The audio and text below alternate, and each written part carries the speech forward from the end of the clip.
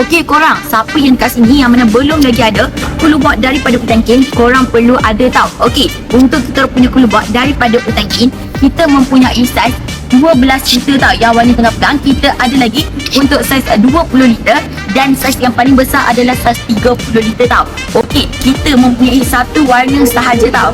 Untuk sejuk dia tahan 48 hingga 72 jam tau. Okey, manakala untuk panas dia tahan 8 hingga 12 jam. Okey, dia punya materi adalah premium plastik tau. Dan dia jenis food grade tau. Okey, kalau korang yang mana nak pergi aktiviti outdoor ataupun korang seorang yang peniaga, korang boleh pakai dengan kita orang punya cooler box.